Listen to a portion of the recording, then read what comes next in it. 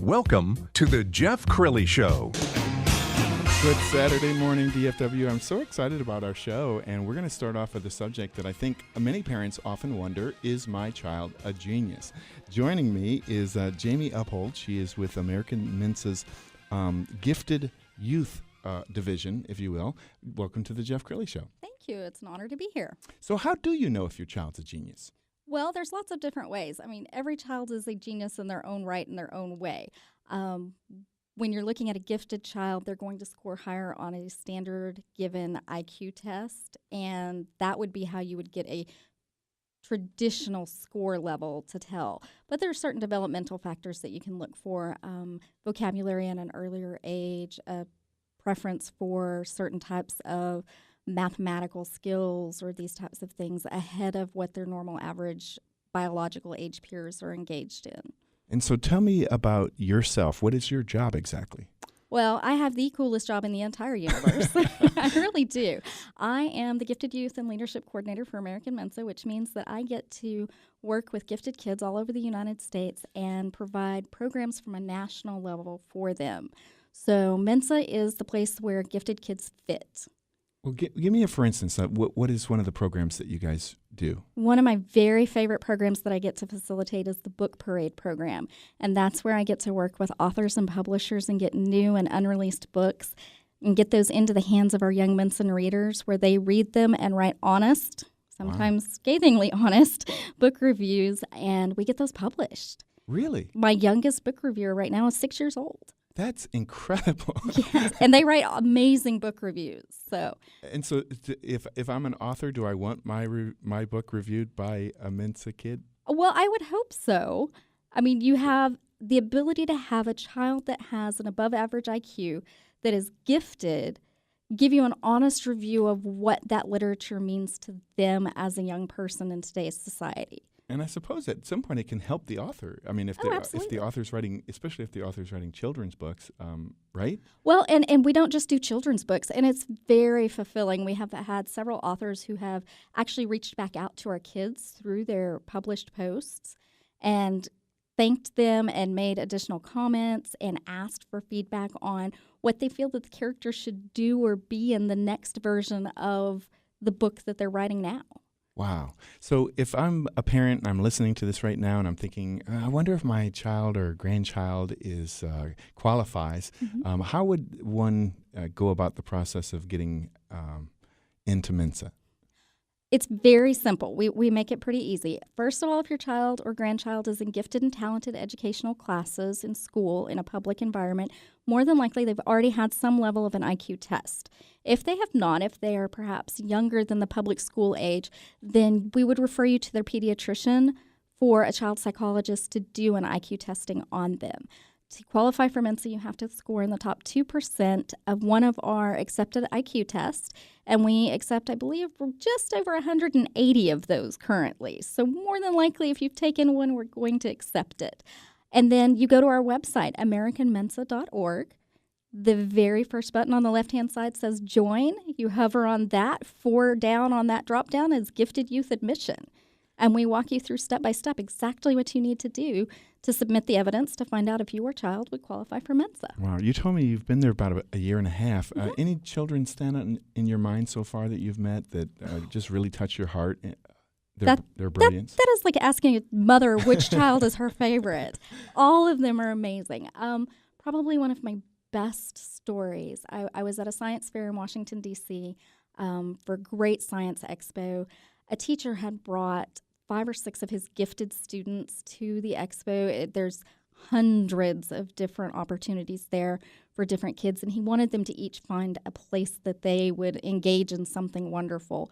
And there was a young lady that was very over the whole experience. She was eye-rolling, she was huffing, the arms were crossed. She's very much a preteen, and she was just done with the whole thing.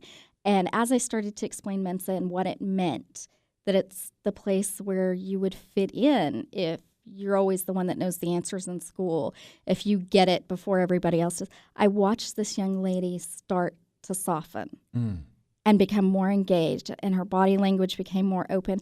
And by the time I finished discussing, she was actually shaking and begging her teacher to sign her up. She was like, oh my gosh, that sounds exactly like me. There are other people in the world like me. Wow. And to have the ability to be even a tiny part of an organization that allows for that to exist, where a child that feels like they're never part of anything just because of the way they were created and born gets to have a pack and a tribe and feel like they belong and are part of something and they got by other kids, that's amazing. Wow. That's one of my favorite stories. For those of you watching on YouTube, she's getting emotional, and I think it's beautiful. Mensa is absolutely lucky to have you. Mensa is not just an online community; it's people can meet each other. Very much so. We were actually created as a social engagement opportunity. We have local group interaction.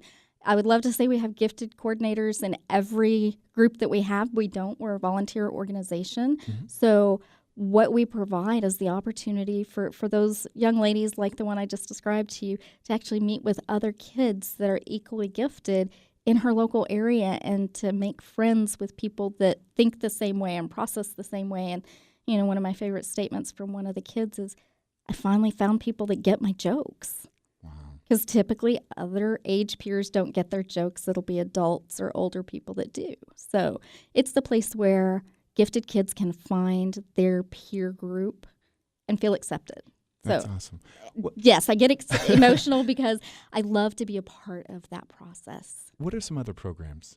We have an Excellence in Reading program, and we don't just do reading, but Excellence in Reading is open internationally to any and everyone. You don't have to be a member of Mensa, and it's a group of reading lists that were put together by teachers and librarians in conjunction with the Library of Congress and the National Endowment for the Humanities. And it is a list of books that are categorized into age groupings like K through 3, 4 through 6, and so on, of what a well-read reader should read in our society. And the really great thing is that these kids read the list, they give it a rating, they send it in, and then I get to send them a certificate and a T-shirt just for reading great books.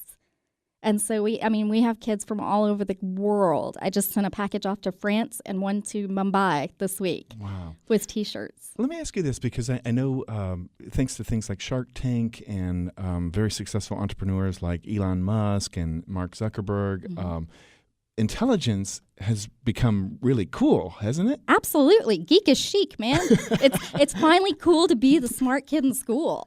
Sheldon it really Cooper is in. Very much so. Very much, yes. That's awesome. So tell us some more about when a child joins Mensa for the first time, they would go to like a chapter meeting, or how would that work? Well, they have the two different opportunities to participate. There are the online programs that I facilitate from the national office that they can do in the comfort of their own home and then interact with us online through that. And then there's the local group interaction as well, which is where they would have the meetings, the events, the gatherings. Here in the DFW area, we have two very active groups. We have a North Texas group, and then we also have one a little further south. They do amazing things. One of our gifted youth coordinators, he has like rock climbing parties, cool. and they did a 3-week special where they had a rock climbing weekend one weekend, then they did a geological experiment, and then the next weekend they had a rock party where they got to examine the results of the geological experiment and then engage in some fun musical activities as well.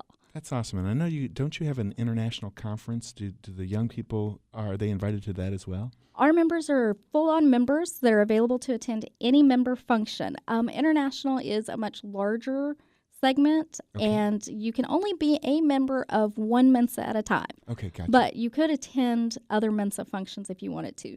That's the beautiful thing. Once you're in Mensa, you're in Mensa. So, for example, if you're traveling or if your child goes and lives with another parent or grandparents for the summer or whatever, they could actually participate in Mensa activities in that local area as well. And many people don't know that the whole national organization is based here in the DFW area. Yes, sir. Our national offices are in Arlington, Texas. That's good. So how many staff members do you have, and what happens at national? Oh, my. We're a very small office, so we only have about 22 staff members, and that includes our contract staff and our interns. Okay. And basically, you have one person that runs programs. You have one person that does a lot of different jobs and activities and wears many, many different hats to make everything work. And then we all work together to pull it together. I mean, it's amazing the amount of wonderful things that come out of a small staff. What's it like working around geniuses all the time? They make me feel inadequate on a regular basis. They really do. I process Honor Society applications. Our youngest Honor Society starts in 5th grade. And I read applications where, these 9-year-old kids speak 4 languages and they do long division for fun. And, wow. I'm just like, I barely speak English and sarcasm on a good day. Okay. But they teach me new things all the time. I'm so blessed. I'm so lucky to get to be a part of this unique and wonderful group of kids. And really, when it comes down to it, they're just kids. They just think a little faster than I do. Jamie, you've been an amazing guest. Will you come back again? Absolutely. Anytime. I will talk about great kids anytime. Okay, what's the website? AmericanMensa.org. Awesome. Also, mensaforkids.org. That's another great resource we offer. That's yes, awesome. Sir. Jamie, thank you so much for being on the show. My absolute pleasure, Jeff. Okay, coming up next, a man who's changing the game of employee engagement one leader at a time. His story is next on The Jeff Crilley Show.